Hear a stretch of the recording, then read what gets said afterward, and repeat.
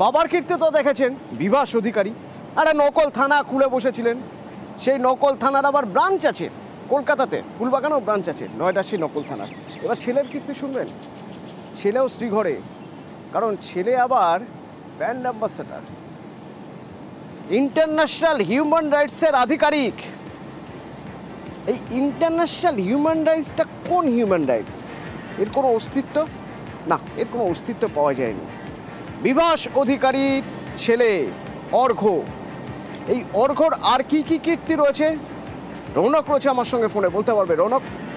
দেখা একেবারেই প্রতারণা মামলা বিভাস অধিকারীর পাশাপাশি তার ছেলে অর্ঘ্য অধিকারীকেও উত্তরপ্রদেশে পুলিশ গ্রেফতার করেছে এবং তদন্তে উঠে এসেছে এই অর্ঘ্য অধিকারী ইন্টারন্যাশনাল হিউম্যান রাইটস কমিশন নামে এরকম একটি ওয়েবসাইট এবং তাদের নাম ব্যবহার করে ভুয়ো নথি তৈরি করে এবং সেই নথি দিয়েই তিনি কিন্তু প্রতারণা চক্র চালাতো বলে এমনটাই পুলিশের অনুমান।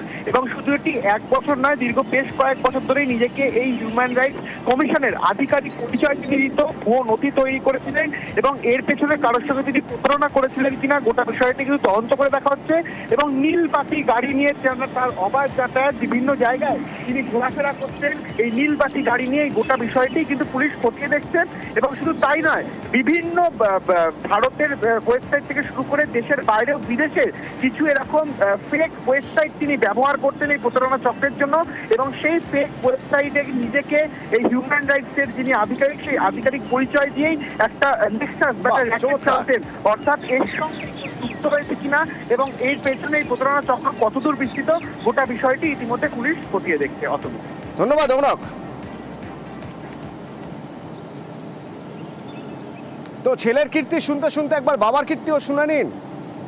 বিভাস অধিকারী, যিনি দুধে গোয়েন্দা অফিসারকেও ফাঁসিয়ে বসে আছেন, নকল থানা খুলে বসেছিলেন নয়দায়, তার আবার ব্রাঞ্চ অফিস কোথায় না ফুলবাগানে। যদিও গ্রেপ্তার হওয়ার পর রাতারাতি সেই অফিসের সাইনবোর্ড সরে গেছে।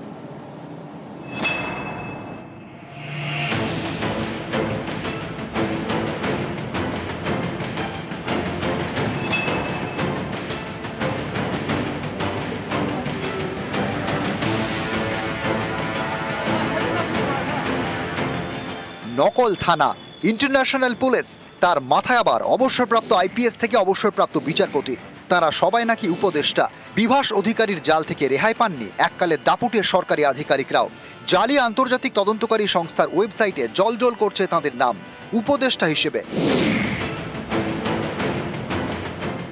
মুখ্য উপদেষ্টা কলকাতা হাইকোর্টের অবসরপ্রাপ্ত বিচারপতি দীপক সাহা রায়, উপদেষ্টা সুপ্রিম কোর্টের আইনজীবী রুদ্রনারায়ণ চট্টোপাধ্যায়,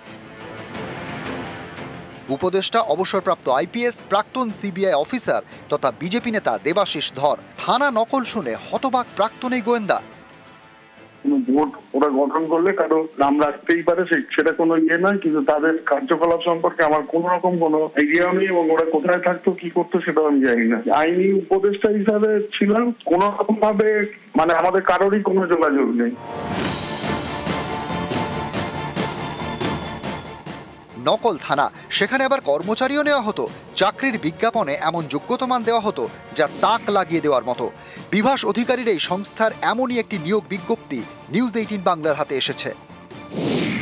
তাতে লেখা হয়েছে চাকরি পেতে হলে লিগ্যাল কাউন্সিল বা আইনজীবী হতে হবে, বার কাউন্সিলের প্যানেলভুক্ত হতে হবে, আইনজীবী হিসেবে 6 বছরের অভিজ্ঞতা থাকতে হবে, কোনো আদালত থেকে তার নামে কোনো নিষেধাজ্ঞা থাকলে চলবে না। এইসব যোগ্যতা থাকলে তবেই চাকরি মিলবে। সেটা কোথায়? এই নকল থানায়।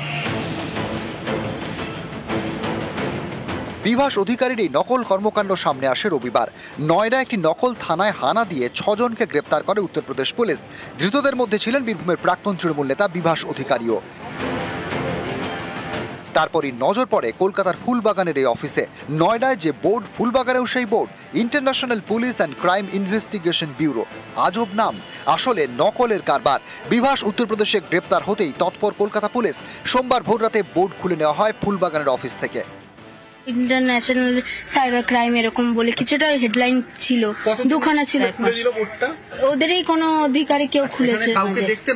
হ্যাঁ, আসা যাওয়া করতে দেখতাম। কিছুদিন আগে বোর্ড লাগলো, গাড়ি আসতে যাচ্ছে, কয়েকজন আসতো প্লেন ড্রেসে, হাতে একটা ছোট আর্মস নিয়ে আসতো। সকালে যে বোর্ড নেই, বোর্ড খুলেছে, কাল রাত্রিবেলায় সব খুলে নিয়ে লম্বা চওড়া সব আসতো এখানে গাড়ি নিয়ে, ওই একটা সাদা গাড়ি কালো গাড়ি এই আসতো। উনি এখানে খুব একটা বেশি এখনো অবধি থাকেন তো কোনোদিনই নি, ওনার পুরনো যে জায়গা সেখানটাতেই রয়েছেন।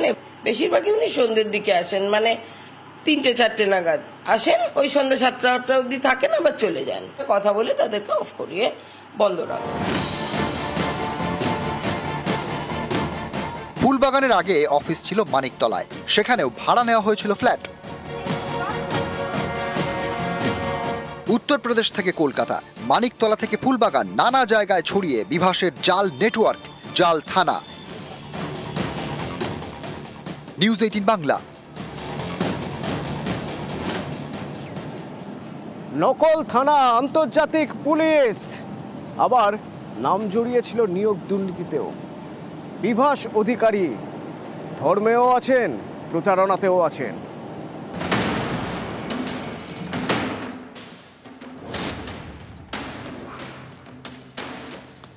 বিভাস অধিকারী নয়ডায় নকল থানা চালানোর অভিযোগে উত্তরপ্রদেশের পুলিশ গ্রেপ্তার করেছে তাকে। কলকাতার নানা প্রান্তে তার নকল থানার হদিশ, কিন্তু কীর্তিমান বিভাসের পরিচয় শুধুমাত্র এটুকুতেই সীমাবদ্ধ নয়। বিভাস নকলে আছেন, রাজনীতিতে আছেন, আবার ধর্মেও আছেন। নিয়োগ দুর্নীতিতে ধৃত কুন্তল ঘোষের মুখে উঠে আসে বিভাস অধিকারীর নাম। তদন্তকারীরা দাবি করেন, বিভাস যে অফিসটি চালাতেন সেই ঠিকানাতেই ছিল all Bengal private teachers college অ্যাসোসিয়েশনের অফিস। এই অ্যাসোসিয়েশনের অ্যাকাউন্ট থেকেই টাকা যেত নিয়োগ মামলায় ধৃত মানিক ভট্টাচার্যের ছেলের অ্যাকাউন্টে। 2023-এর ফেব্রুয়ারিতে বিভাসকে সঙ্গে নিয়ে এই ফ্ল্যাটে হানা দেয় ইডি। আসামি হাজার জন নাম, আমার যত অ্যাকাউন্ট নাম্বার আমার চেয়েছিল, আমাদের পরিবারের, আমাদের আসামের সমস্ত অ্যাকাউন্ট নাম্বার আমরা দিয়েছি।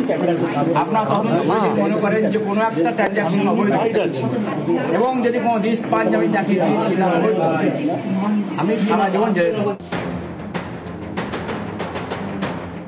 বীরভূমের নলহাটিতে বিরাট প্রভাব। একসময় তৃণমূলের ব্লক সভাপতি ছিলেন। 2022 সালের অক্টোবরে তৃণমূল থেকে ইস্তফা দেন। এহেন বিভাসী নাকি কেন্দ্রের মোদী সরকারের একটি সংস্থার ডিরেক্টর। বিভাস দাবি করেছিলেন তিনি সেন্ট্রাল ওয়্যার হাউজিং কর্পোরেশনের ডিরেক্টর। নলহাটির অনেকে তাকে নীলবাতি লাগানো গাড়িতে ঘুরতেও দেখেছেন বলে দাবি। এখন কি তৃণমূলে আছেন? না, আমি এখন কোনো সক্রিয় রাজনীতি করি না। আমি 2020 সালে সেন্ট্রাল ওয়্যার হাউজিং কর্পোরেশনের সেন্ট্রাল ক্যাবিনেট মিনিস্টারের নমিনেটেড একজন ডাইরেক্টর। নলহাটির এই পেল্লায় আশ্রমও বিভাসের নামে। কীর্তিমানের আরও একটি আশ্রম আছে সিউড়িতে। রয়েছে একাধিক বিএড কলেজ, আয়ুর্বেদিক ওষুধ তৈরির কারখানা। এবার নকল থানা বানিয়ে শ্রীঘরে বিভাস অধিকারী। নিউজ 18 বাংলা।